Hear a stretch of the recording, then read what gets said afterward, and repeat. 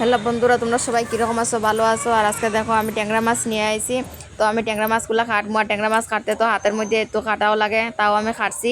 দেখো ট্যাংরা মাছগুলো সব কাটার পরে আমি ভালো করে ধুইয়া পরিষ্কার করে নিয়ে আইছি। আর এটার মধ্যে একটু লবণ আর একটু হলুদ গুঁড়া দিয়া আমি একটু সময় ভালো করে মাখিয়ে একটু সময় লেগে আমি রাখি দিমু।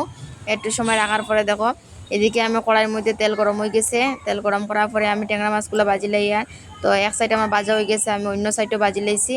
অন্য সাইডে ভাজিয়া এখন আমি সব ট্যাংরা লামাই লাইমু। সব লামানির পরে একদম কম মশলা দিয়ে বানাইমু। তো যেটা তেল আছিল এটার মধ্যেই আমি পেঁয়াজ আর রসুন আমি রাখছিলাম কুড়াইয়া, তো এটা আমি দিয়া দিছি। এটার মধ্যে একটু পেঁয়াজ রসুন যখন আমার একটু ভাজা হয়ে গেছে, ভাজা হওয়ার পর এটার মধ্যে একটু লবণ আর একটু হলুদ গুঁড়া দিয়া দিছি। দেওয়ার পরে একটু ভাজা হয়েছে, ভাজা হওয়ার পরে এটার মধ্যে আমি টমেটো আর কাঁচামরিচ কুচিয়া রাখেছিলাম, এটাও আমি কুচানো টমেটো কাঁচামরিচ দিয়া দিছি। এখন দেখো এটার মধ্যে একটু লাল মরিচের গুঁড়া আর এদিকে জিরার গুঁড়া আমি দিয়া দিব। এগুলা দিয়ে একটু সময় নাড়াইয়া এটার মধ্যে আমি বাজিয়ে রাখা ট্যাংরা মাছগুলাই দিয়া দিব। তো এগুলো দিয়া দিছি। দেখো দেওয়ার পরে একটু সময় আবার মশলার সঙ্গে আবার একটু নাড়াইমু। নাড়ানির পরে দেখো একটু সময় পরে আমি জল দিমু। বেশি জল দিতাম না, অল্পই জল দিমু। তো অল্প জল দিয়ে একটু সময় রাখবো যাতে আমার জলটা ফুটিয়া আয়।